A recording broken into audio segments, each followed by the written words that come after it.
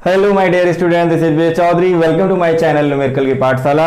आज हम डिस्कस करेंगे नेक्स्ट चैप्टर की, और वो चैप्टर है आपका moving charge and magnetism. Moving charge and magnetism start हो रहा है आज से आपका, जिसमें हम देखेंगे सबसे पहले मैग्नेट के कॉन्सेप्ट को, मैग्नेटिक फील्ड के बारे में, मैग्नेटिक फील्ड कैसे जनरेट हुई, मैग्नेटिक फील्ड का कॉन्सेप्ट फर्स्ट टाइम किसने दिया, मैग्नेटिक फील्ड का डायरेक्शन क्या हुआ, उसके बाद मैग्नेटिक फील्ड के मैथमेटिकल कैलकुलेशन को डिटरमाइन बायोट सावर्ट्स ने किस तरह से किया, फिर बायोट एंड सावर्ट्स के एप्लीकेशन देखेंगे, एम्पियर सर्कुलर लॉ देखेंगे। तो इस टॉपिक में बहुत से ऐसे कॉन्सेप्ट हैं, और इसके लिए मैं आपको बता दूं, आप इलेक्ट्रिक फील्ड को एक बार थोड़ा सा रिवाइज कर लें। इसमें बहुत से कॉन्सेप्ट, जैसे आपने इलेक्ट्रिक फील्ड पढ़ा था जिसका सिंबल ई था, ऐसे हम मैग्नेटिक फील्ड का कॉन्सेप्ट आएगा जिसका सिंबल बी होगा, बी। तो मैग्नेटिक फील्ड, सबसे पहले ये जानते हैं मैग्नेटिक फील्ड का जो कॉन्सेप्ट सबसे पहले जिसके दिमाग में आया वो किसके दिमाग में आया, कैसे आया। तो इसका ऑब्जर्वेशन थोड़ा सा देख लेते हैं प्रैक्टिकली। तो देखिए, मैंने नाम लिखा है ओरस्टेड एक्सपेरिमेंट। ओरस्टेड इसको बोलते हैं, ओरस्टेड बोलते हैं। तो ओरस्टेड एक्सपेरिमेंट में, आर को साइलेंट करके बोलो, ओरस्टेड एक्सपेरिमेंट या ओरस्टेड एक्सपेरिमेंट। तो ओरस्टेड एक्सपेरिमेंट में इन्होंने क्या किया, एक्चुअली ये कोई एक्सपेरिमेंट नहीं कर रहे थे। ये क्या कर रहे थे, ये कुछ डिवाइस, उनकी कहानी कुछ ऐसी है कि ये कुछ इलेक्ट्रिकल चीज़ों को लेकर के और मैग्नेटिक कंपास को लेके बैठे हुए थे। तो सडनली जब इलेक्ट्रिक वायर ने इन्होंने सप्लाई दी, इलेक्ट्रिक वायर में करंट जब फ्लो किया, तो उसके पास में मैग्नेटिक कंपास रखा हुआ था। तो इन्होंने देखा कि जैसे ही इन्होंने स्विच ऑन किया, मैग्नेटिक कंपास डिफ्लेक्ट हो गया, जो निडल थी वो उसकी डिफ्लेक्ट हो गई। तो मैग्नेटिक कंपास की जो निडल वो डिफ्लेक्ट हुई थी, इनके दिमाग में स्ट्राइक किया, आखिर ये कैसे हुआ। तो मैग्नेटिक कंपास के निडल को डिफ्लेक्शन के कॉन्सेप्ट से, ऑब्जर्वेशन के कॉन्सेप्ट से इन्होंने मैग्नेटिक फील्ड के कॉन्सेप्ट को सबसे पहले बताया 1820 में। 1820 में फर्स्ट टाइम इन्होंने एक्सपेरिमेंट किया और मैग्नेटिक फील्ड का कॉन्सेप्ट दिया। तो देखिए, इनका जो ऑब्जर्वेशन था वो क्या था, थ्योरेटिकल ऑब्जर्वेशन है, और इसका जो मैथमेटिकल डिटर्मिनेशन है वो बायोट एंड सावर्ट ने दिया, उसका भी डेरिवेशन देखेंगे। पहले इनके ऑब्जर्वेशन को थोड़ा सा समझ लेते हैं। क्या था कि जैसे मान लो कि एक वायर, इस वायर में करंट फ्लो कर रही थी। करंट कैसे फ्लो करेगी, एक यहां पर सेल लगा हुआ है और देख रहे हैं आप कि ये वायर है। इस वायर के पास एक मैग्नेटिक कंपास रखा हुआ था, पॉजिटिव नेगेटिव। करंट की फ्लो का डायरेक्शन ये हुआ, करंट इधर फ्लो होके आ रहा है और ये मैग्नेटिक कंपास इसके पास रखा हुआ था। Magnetic compass, north and south pole इसको बोलेंगे, नॉर्थ एंड साउथ पोल।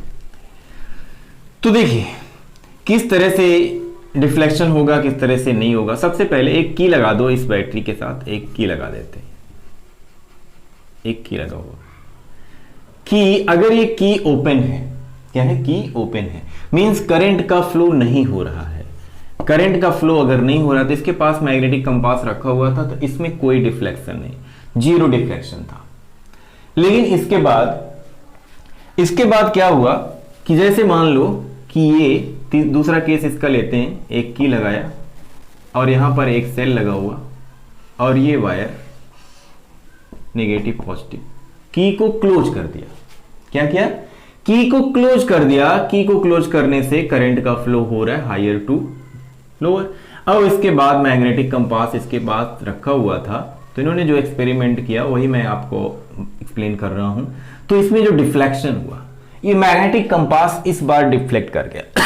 क्यों, क्योंकि यहां देख रहे हो ये की ओपन है, मतलब स्विच ऑफ है, सर्किट ओपन है, तो करंट का फ्लो नहीं हो रहा है, तो इसके मैग्नेटिक कंपास में कोई डिफ्लेक्शन नहीं हो रहा है। दूसरा, जब इन्होंने की को क्लोज कर दिया, मतलब करंट का फ्लो कराया इस वायर में, तो ये आपका जो नॉर्थ पोल है, नॉर्थ पोल ये इस वायर की तरफ डिफ्लेक्ट हो गया। कैसे, कुछ ऐसे, ये ऐसा बना नॉर्थ। अब इसको एन डैश और एस डैश बोल सकते हो। देख लो ये निडल आपकी डिफ्लेक्ट हो गई इस डायरेक्शन में, और उसके बाद फिर उन्होंने क्या, ओ माय गॉड ऐसा हो रहा है। तो इन्होंने क्या किया, फिर एक्सपेरिमेंट किया, फिर क्या किया, फिर इस बैटरी के कनेक्शन को चेंज कर दिया, मींस नेगेटिव टर्मिनल इधर, पॉजिटिव टर्मिनल इधर, और की चेंज हो जाएगा, की इधर हो जाएगा।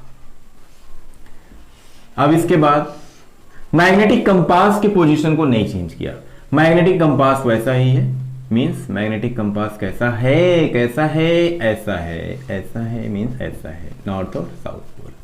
तो नॉर्थ और साउथ पोल में ही अपना मैग्नेटिक कंपास है, इसके पोजीशन में कोई चेंज नहीं किया गया। अब क्या हुआ, आप देख रहे हो ये नेगेटिव ये पॉजिटिव, करंट के फ्लो का डायरेक्शन चेंज हो गया, करंट के फ्लो का डायरेक्शन चेंज हुआ। अब इसके बाद इस डायरेक्शन में जब करंट फ्लो हो रहे, देख रहे हैं कि ये साउथ पोल इसकी तरफ अट्रैक्ट हो गया,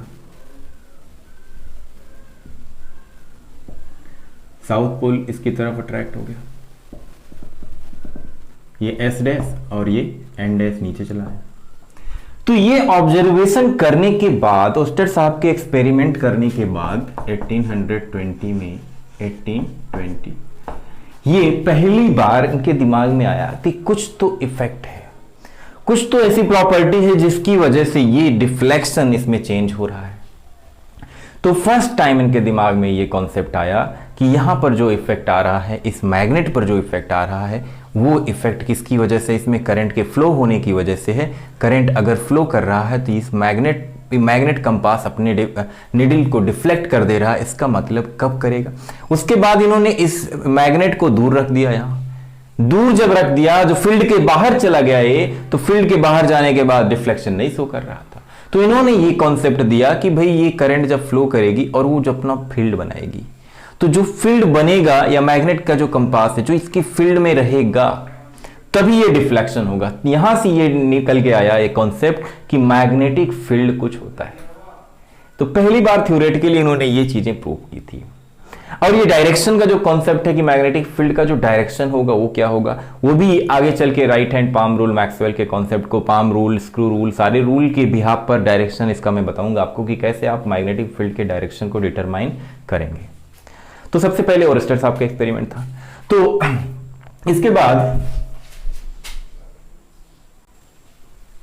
देखिए, इसके बाद मैग्नेटिक फील्ड को जानना जरूरी है। बेसिक कॉन्सेप्ट आज है, इंट्रोडक्शन पार्ट है, तो इसमें जो बेसिक चीजें हैं, बेसिक टर्म हैं, वो जान लेंगे तो आगे हमें आसानी होगी।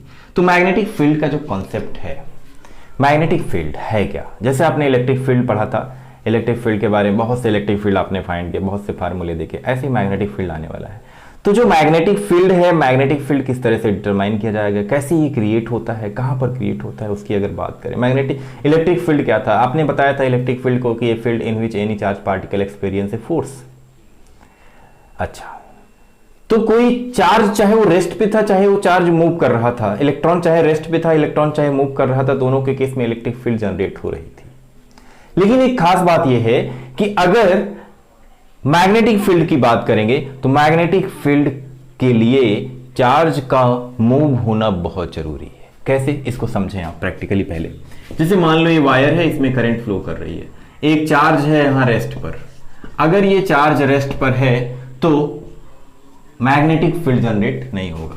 मैग्नेटिक फील्ड के लिए जरूरी क्या होगा, इसका मूव होना। अगर ये करंट इसमें आई फ्लो कर रही है, कंडक्टर है, इसके पास ये चार्ज है और ये मूव कर रहा है किसी वेलोसिटी से, v वेलोसिटी से, तो मूव कर रहा है और ये वायर है, तो देखेंगे कुछ टाइम के बाद ये इसकी तरफ डिफ्लेक्ट होगा। डिफ्लेक्शन होगा, ये इधर होगा या इधर होगा, लेकिन डिफ्लेक्शन होगा, इसके पाथ में चेंज आएगा। इसका मतलब किसकी वजह से आ रहा है, मैग्नेटिक फील्ड की वजह से आ रहा है। तो ये जो प्रॉपर्टी जनरेट होती है, इस प्रॉपर्टी को प्रैक्टिकली टेक्निकली यही बोलते हैं, जब चार्ज मोशन में होता है तब मैग्नेटिक फील्ड जनरेट होती है। मैंने आपको पहले लेक्चर में बताया था कि हम जब मैग्नेट पढ़ेंगे तो उसमें देखेंगे चार्ज मूव कर रहा है, तो चार्ज मूव कर रहा है, यहाँ पे मूव करने पर ही मैग्नेटिक फील्ड ये जनरेट कर पाता है। अच्छा, इसका मतलब ये जब डिफ्लेक्ट हो रहा है, इसका मतलब ये फोर्स को एक्सपीरियंस कर रहा है। तो हम मैग्नेटिक फील्ड की जो डिफिनेशन है वो क्या बता सकते हैं कि ए फील्ड इन विच, इसकी डिफिनेशन देखो, a field in which any moving charge particle, any moving charge particle experience a force is called magnetic field. इस तरह से प्रैक्टिकली ये डिफिनेशन आप बता सकते हैं, इज कॉल्ड मैग्नेटिक फील्ड। मतलब मूविंग चार्ज पार्टिकल, वहां पे केवल लिखा था charge particle, a field in which any charge particle experience a force is called the electric field, लेकिन यहां पर एक वर्ड है मूविंग वर्ड ऐड हो गया। तो मूविंग चार्ज पार्टिकल अगर फोर्स एक्सपीरियंस कर रहा है, इसका मतलब वो क्या जनरेट कर रहा है, इस बार मैग्नेटिक फील्ड जनरेट कर रहा है। इट इज डिनोटेड बाई, इसको किससे रिप्रेजेंट करेंगे, क्या नाम लेके बुलाएंगे, इसको नाम दे दिया हमने बी, डिनोटेड बाई बी। तो बी इसका सिंबल होगा, याद कर लो, बहुत बार B B B B B B B नहीं सॉरी बी यूज होना है। तो मैग्नेटिक फील्ड की बात कर रहे हैं यहां पे। अब इसमें इसके यूनिट की बात करेंगे, मैग्नेटिक फील्ड की यूनिट क्या होती है। मैग्नेटिक फील्ड की यूनिट की बात करो, unit of magnetic field, unit of magnetic field की बात करें तो बी की जो यूनिट होती है, एसआई यूनिट जो होती है वो होती है टकला, नहीं टेस्ला, टकला नहीं, टकला से याद रख सकते हो Tesla. Tesla is the unit of magnetic field. और भी यूनिट होती है इसकी, और भी यूनिट है, क्या है, गॉस, GAUSS, गॉस। गॉस के बारे में सुन ही चुके हो, गॉस भी इसकी यूनिट है। अब इन दोनों से एक रिलेशन भी है, उसको भी बताता हूं। और भी इसकी यूनिट है, और क्या यूनिट है, फार्मूले से आएगी आगे। फार्मूला जब मैग्नेटिक फोर्स का आप पढ़ेंगे तो वहां से देखेंगे एक बी की और यूनिट बनेगी, जिसको हम न्यूटन पर एम्पियर मीटर बोलते हैं। न्यूटन पर एम्पियर मीटर, न्यूटन पर एम्पियर मीटर, या इसको न्यूटन डिवाइड बाई AM ऐसे लिखा जाता है, एम्पियर मीटर। एक यूनिट ए भी होती है। और भी इसकी यूनिट होती है, जैसे इसको आप बोल सकते हो वेबर पर मीटर स्क्वायर, इसकी एक यूनिट और है वेबर पर metre square. Actually magnetic field के बारे में जिसने भी बताया है, जिसके फैक्ट्स को कंसीडर किया गया है कि ये सही है, उनके बिहाफ पर इसमें कुछ ना कुछ यूनिट के में इसको ऐड कर दिया गया। गॉस ने भी बताया, टेस्ला ने भी बताया, एम्पियर ने भी बताया है, वेबर ने भी बताया है। तो सब साइंटिस्ट थे, उन्हीं के नाम पर इसकी यूनिट को बनाया गया है। अब इसमें जो सबसे स्मॉलेस्ट यूनिट है, जो सबसे छोटी यूनिट है, वो है गॉस। तो एक छोटा सा रिलेशन आ जाता है कि रिलेशन बिटवीन टेस्ला, टकला एंड गॉस। 1 टेस्ला या 1 gauss is equal to 10 to the power 4 टकला। 1 gauss is equal to 10 to the power 4 टक, 10,000 टाइम्स ज्यादा होता है। कौन? टेस्ला। टेस्ला क्या है? 10,000, देख लो 10 to the power 4 का मतलब 10,000 टाइम्स इस गॉस से ज्यादा है, इसीलिए तो इसको इक्वल लिखा गया। तो इस रिलेशन को 1 gauss is equal to 10 to the power 4 tesla कहीं पे आता है तो उसको हम यूज कर सकते हैं। आइए तो इसको नोट कर लें, छोटे छोटे पॉइंट्स हैं। चलिए अब मैग्नेटिज्म का ये बेसिक कॉन्सेप्ट स्टार्ट होता है। मेन कॉन्सेप्ट आपका स्टार्ट होता है यहां से Biot-Savart's law. Biot and Savart's दो अलग अलग साइंटिस्ट थे, दोनों ने मिल करके, एक ही नाम नहीं है, ये बायोट अलग है और सावर्ट्स अलग है। बायोट साहब अलग थे, सावर्ट्स साहब अलग थे, तो इनको बायोट-सावर्ट्स लॉ के नाम से जाना जाता है। तो इन्होंने अपने एक्सपेरिमेंट में क्या बताया, ये बताया गया, इस बोल सकते हो कि this law state that, this law state that. देखिए यही साइंटिस्ट थे जिन्होंने पहली बार मैथमेटिकली मैग्नेटिक फील्ड के कॉन्सेप्ट को डिटरमाइन किया। तो डिटर्मिनेशन ऑफ मैग्नेटिक फील्ड बोल सकते हैं इसको। तो इन्होंने पहली बार जो डिटर्मिनेशन किया, जो कॉन्सेप्ट दिया, वो क्या था मैथमेटिकली, वो देखिए। This law state that magnetic field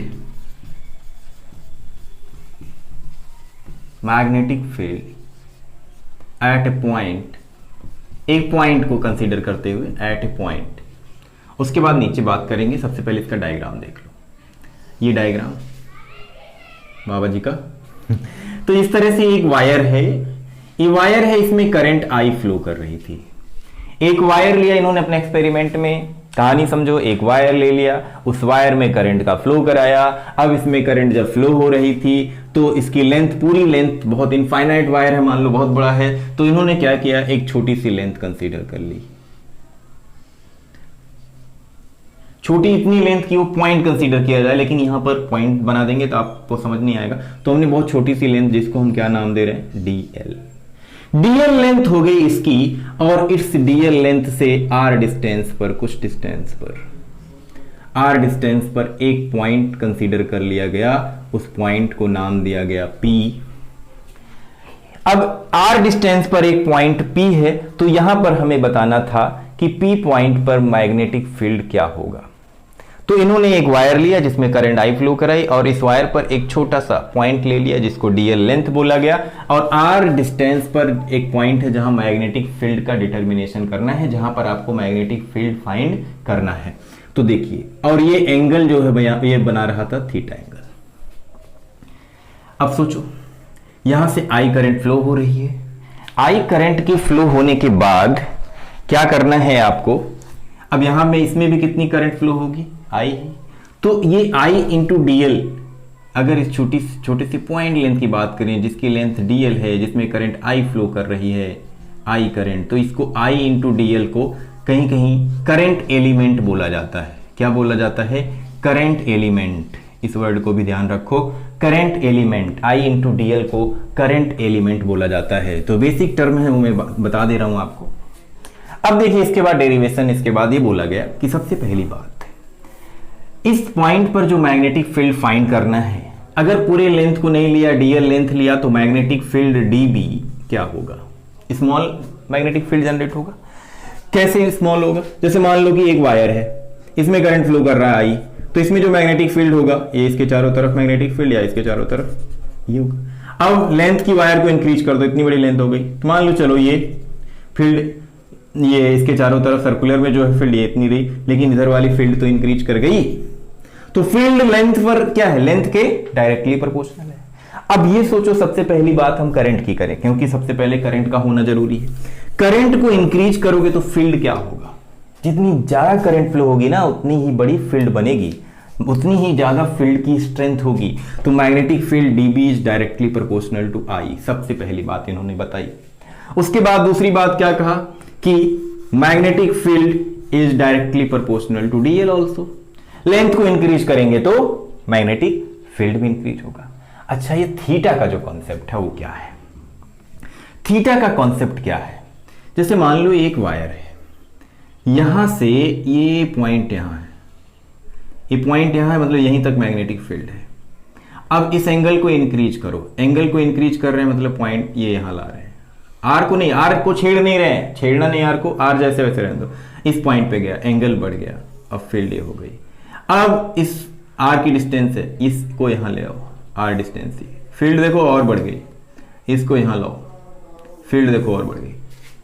इसका मतलब जैसे जैसे एंगल को इंक्रीज कर रहे हैं वैसे वैसे मैग्नेटिक फील्ड इंक्रीज हो रही है।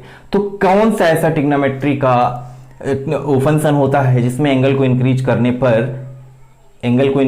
पर उसका मैग्नीट्यूड इंक्रीज होता है, साइन, क्योंकि साइन 0 होता है। कॉस अगर लोगे तो कैसे होगा, कॉस 1 होता है, उसके बाद कॉस 90 0 हो जाता है, मतलब कॉस 0 से 90 पे अगर जाएंगे तो वैल्यू डिक्रीज करेगी। लेकिन साइन की अगर बात करो, साइन 0 पे 0 होता है, साइन 31/2 होता है, साइन 60√3/2 होता है, तो साइन 91 होता है। इसका मतलब साइन, यहां पे साइन अगर लिया जाए तो साइन में ही वैल्यू इंक्रीज करती है, क्योंकि थीटा इंक्रीज हो रहा है तो उसके साथ वो फंक्शन लेना है जिसमें वैल्यू इंक्रीज होती हो। तो ये चीज आपको ध्यान रखना है कि एंगल इंक्रीज हो रहा है तो इसकी फील्ड इंक्रीज हो रही है, तो यहां पर फंक्शन कौन सा आएगा, थीटा केवल नहीं आएगा, तो ये dB is directly proportional to sine theta also, sine theta.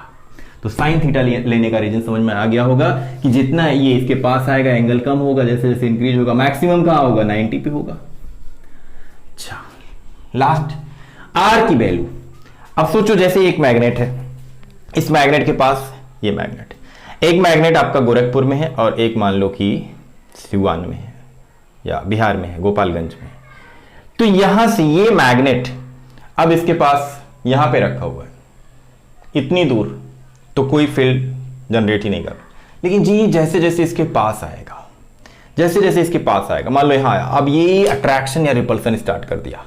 Attraction या रिपल्सन स्टार्ट हुआ कहां पे, इसके जब पास आया, मतलब आर की वैल्यू जितनी ज्यादा होगी फील्ड की वैल्यू उतनी कम होगी। तो आर की वैल्यू इसके इनवर्सली प्रोपोर्शनल हो जाता है, डी इनवर्स लॉ को फॉलो करता है, D B is inversely proportional to 1/r²। 1/r² ही क्यों? क्योंकि अब सोचो ये r है, इस पॉइंट पर इसकी फील्ड बन रही है, अभी ये ऐसे एक दूसरे से जुड़े हुए हैं, मैग्नेट है। अब इसको ऐसे दूर लेके जाएं, दूर लेके जाएं, दूर लेके जाएं, अभी भी अट्रैक्ट करने की कोशिश कर रहे इस पॉइंट पर लाने के बाद, अब इस पॉइंट की जरा सा इधर कर देने के बाद magnetic field zero, magnetic field कुछ भी जनरेट नहीं हो रही है। तो जब एक physical quantity small instantaneous change करने से पूरी की पूरी जीरो हो जाती है, तो सीधे इनवर्स लॉ अप्लाई किया जाता है। तो देखिए यहां इनवर्स लॉ अप्लाई कर देंगे तो dB is directly proportional to I D L sine theta divide by r² बन जाएगा। dB is directly proportional to I D L sine theta, ये तीनों डायरेक्टली प्रोपोर्शनल था, डिवाइड बाई r² हो गया। अब dB इज इक्वल टू ये proportional limit हटाओगे तो कांस्टेंट वैल्यू आएगी, और कांस्टेंट आ रहा है म्यू नॉट अपॉन 4 जैसे आपका इलेक्ट्रिक फील्ड में वो क्या आता था कि 1/4 एप्सिलॉन नॉट, ऐसे यहां पर एप्सिलॉन नॉट हटाने पे कांस्टेंट आ रहा है mu naught upon 4 I D L sine theta divide by r²।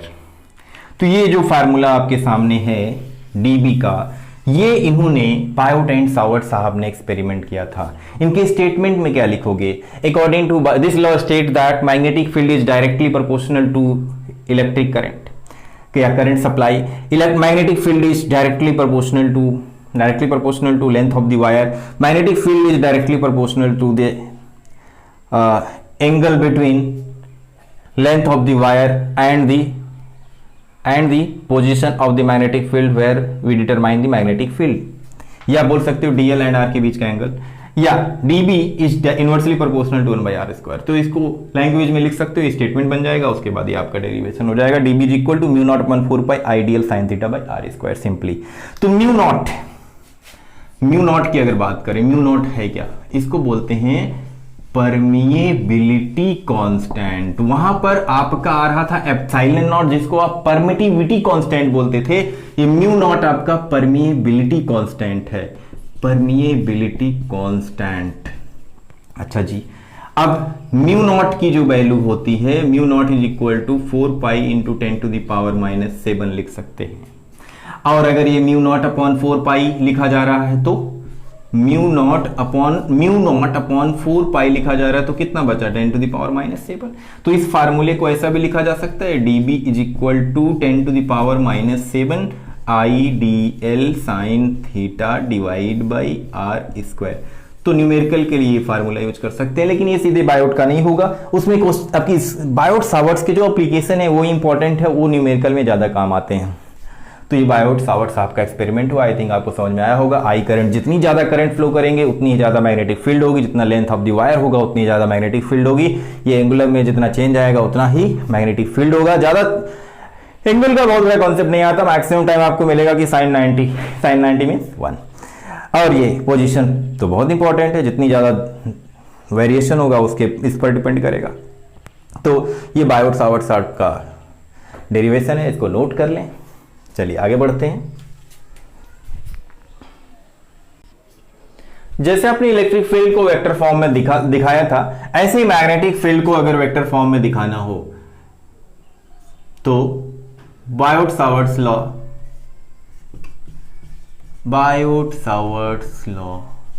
In vector form. चलिए वेक्टर फॉर्म में अगर दिखाना है तो क्या करेंगे?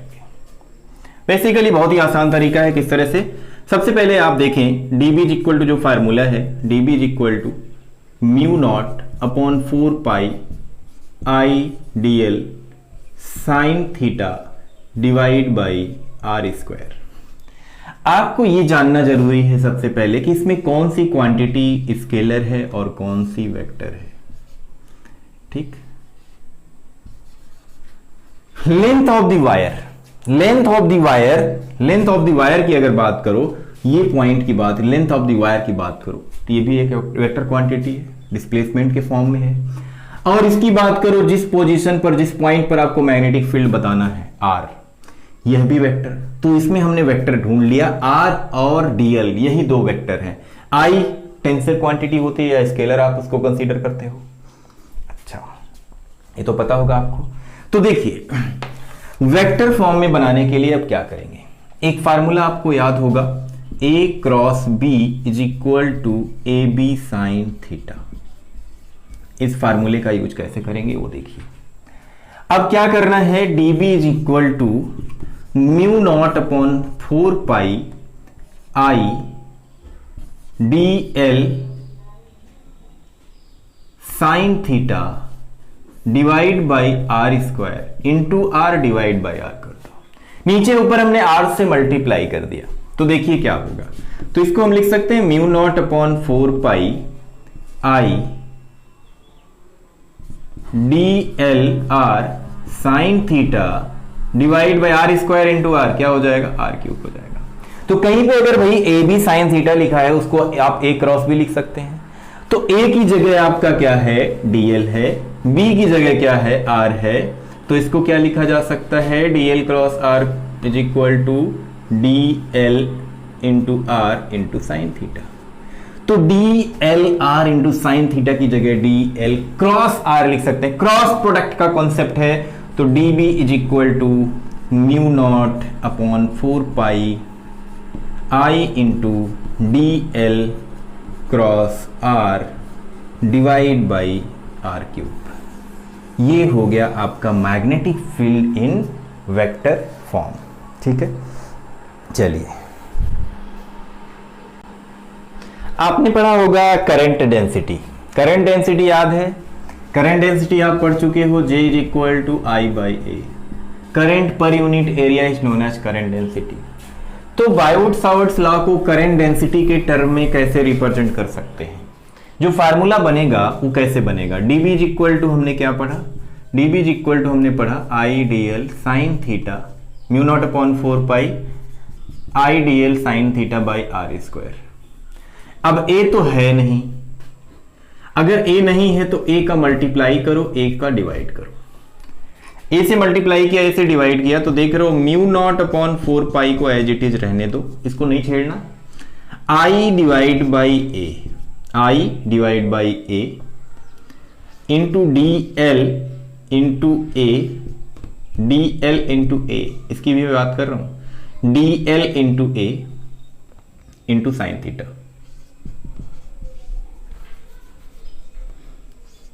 Sign theta into dl into a। ठीक, अब इसको आप क्या लिख सकते हो, और divide by R square. Mu naught upon 4 pi into J, I by A क्या हो गया, J sine theta into dl into A, area into A, क्या dl क्या होगी, एरिया इंटू अगर ये लेंथ हो जा रही है तो ये वॉल्यूम बन जाएगा dv, a इंटू dl, ये dv हो गया चेंज इन वॉल्यूम के हिसाब से, डिवाइड बाई आर स्क्वायर। तो एक तो ये फार्मूला हो सकता है, लेकिन इसको वेक्टर फॉर्म में अगर लिखें तो dB इज इक्वल टू क्या आ जाएगा, म्यू नॉट अपॉन 4 पाई, आपको r से मल्टीप्लाई r से डिवाइड करना पड़ेगा। तो ये वैल्यू आपकी आ जाएगी mu naught upon 4 pi J R sine theta divide by R cube into dV। तो dB is equal to, dB is equal to, formula जरूरी है, कैसे बन रहा है वो देख ही रहे हो, उतना जरूरी नहीं है लेकिन फार्मूला न्यूमेरिकल में काम आएगा। dB is equal to J mu naught upon 4 pi J cross R, J cross R divide by R cube into dV। ये magnetic field in the form of current density हो जाएगा।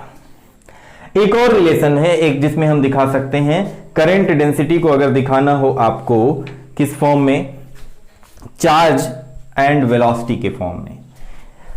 करें Biot Savart's law in the term of, in the term of, ध्यान से समझना क्या था, mu naught upon 4 by ideal sine theta by are.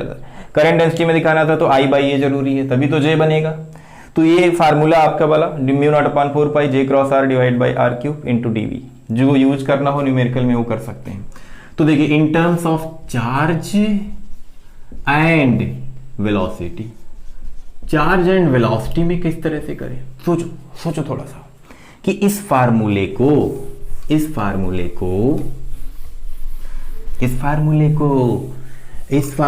dB is equal to mu naught upon 4 pi I dl sine theta by R square को charge और velocity में convert करना है। तो हमने क्या पढ़ा है, I क्या होता है, rate of flow of charge होता है। तो dB is equal to mu naught upon 4 pi, तो ऐसे रहेगा। I is equal to dq by dt लिख सकते हैं। I is equal to dq by dt, इसमें तो कोई बुराई नहीं है। चार्ज पर यूनिट टाइम या rate of flow of charge is called electric current.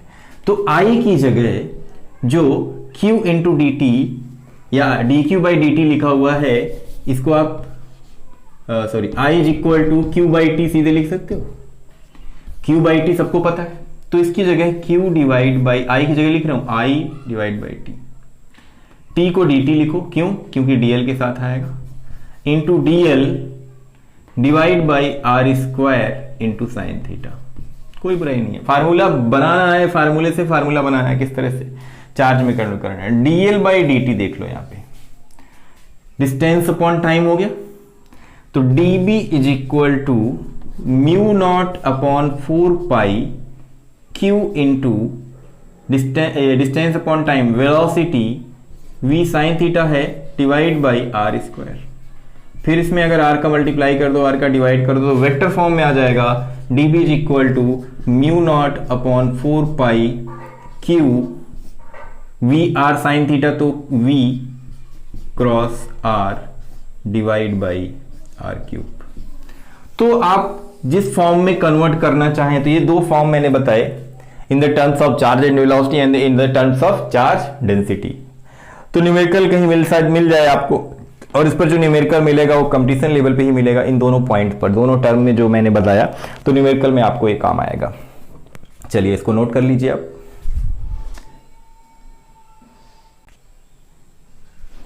देखिए इसके कुछ स्पेशल केसेस हैं। किसके? Special cases of Biot Savart's law. Biot Savart's law के जो स्पेशल केसेस हैं वो क्या हैं, जो फार्मूला है उसी में जो स्पेशल केसेस बनेगा वो क्या बनेगा, जैसा कि आप पढ़ते चले आए हैं। तो कैसे निकाला जाता है? पहला, if theta is equal to 0 degree, theta is equal to 0 degree के बिहाव पर dB is equal to mu naught upon 4 pi I D L sine theta, मतलब sine 0 divide by R square, ये फार्मूला होता है। तो implies that dB is equal to mu naught upon 4 pi I D L into 0 divide by R square, means implies that dB is equal to 0। चलिए इसको practically समझते हैं। कैसे? जैसे मान लो एक वायर है, इसमें करंट फ्लो कर रही है I, 10 एम्पियर, 2 एम्पियर, 20 एम्पियर, कितनी भी करंट फ्लो कर रही है I, और यहां से 0 डिग्री मतलब ये तो 90 हो जाता है। अब इसको यहां लाओ, और भी कम हुआ, और भी कम हुआ, और भी कम हुआ, और भी कम हुआ। इसका मतलब इसी पॉइंट पर, ये जो पॉइंट P यहां हुआ करता था, अब वो उस पॉइंट यही है। जब इस वायर पर ही वो पॉइंट होगा, इस वायर पर ही वो लाइन होगी, करंट फ्लो कर रही है, और इस पॉइंट, इस वायर पर ही आपको मैग्नेटिक फील्ड बताना है। तो सोचो उसी वायर पर मैग्नेटिक फील्ड कहां? फील्ड की तो उसके चारों तरफ होगा। तो उस पॉइंट पर, इसी वायर पर अगर आपसे कह दिया जाए उस वायर के ऊपर ही मैग्नेटिक फील्ड क्या होगी, तो 0। प्रूफ करके देख लिया, क्योंकि एंगल क्या बनेगा? 0 बनेगा। अच्छा, दूसरा जो केस इसका आता है स्पेशल केस में, दूसरा ये आता है अगर हम थीटा की वैल्यू को 90 कर दें, मैग्नेटिक फील्ड यहां 0 हो गए, 0 मैग्नेटिक फील्ड कब?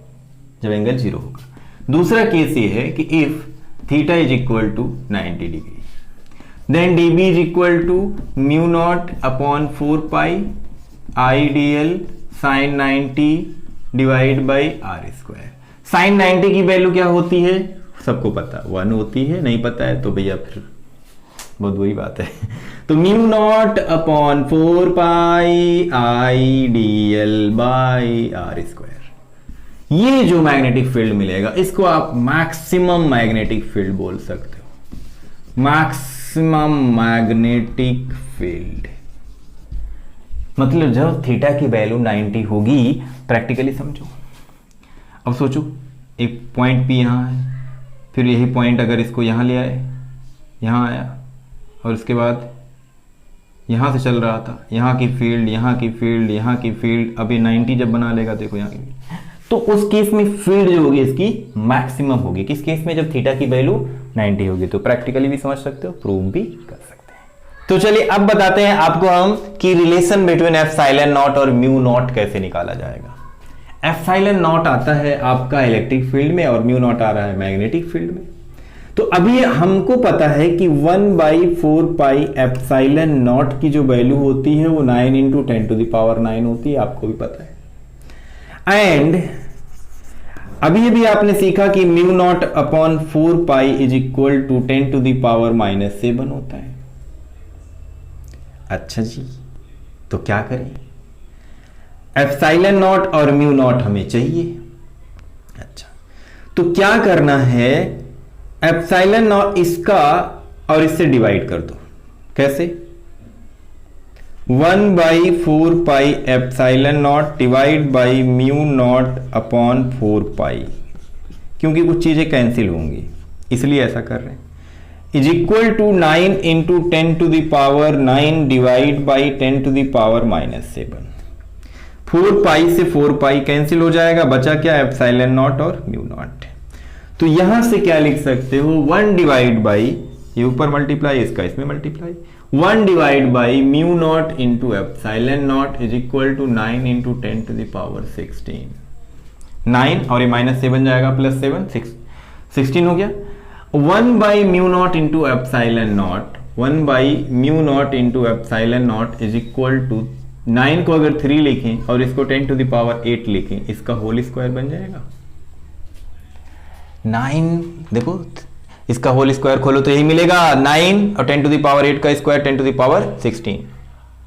अच्छा, अब ये किसकी वैल्यू है? 3 × 10⁸ मीटर पर सेकंड किसकी वैल्यू होती है? स्पीड ऑफ लाइट की। तो 1 by mu naught into epsilon naught is equal to C, ये वैल्यू हो गई सी की, उसके ऊपर स्क्वायर लगा दो। यह implies that C is equal to 1 divide by root of mu naught into epsilon naught. ये रिलेशन आ जाता है, C is equal to 1 by mu naught into epsilon naught का। और म्यू नॉट की वैल्यू, म्यू नॉट की जो value है 4 pi into by divide by 10 to sorry mu naught की वैल्यू 4 पाई इंटू 10⁻⁻7 जो होती है, कहां पे होती है? वैक्यूम में होती है। ध्यान रखो, जैसे वहां पर 9 × 10⁹ वैक्यूम में होता था, वैसे ही 10⁻⁻7 वैक्यूम में होगा। तो ये छोटा सा रिलेशन भी आपको जानना जरूरी था, नोट करें। चलिए एक टॉपिक और लेते हैं, rules to find the direction of magnetic field. Rules to find the direction of magnetic field. तो ये बेसिक में भी आता है कि डायरेक्शन ऑफ मैग्नेटिक फील्ड को किस तरह से हम डिटरमाइन करेंगे। इसके बाद फिर आपका स्टार्ट होगा एप्लीकेशन ऑफ बायोट-सावर्ट्स लॉ, जो कि बहुत इंपॉर्टेंट है, उसी पर तो न्यूमेरिकल आते हैं।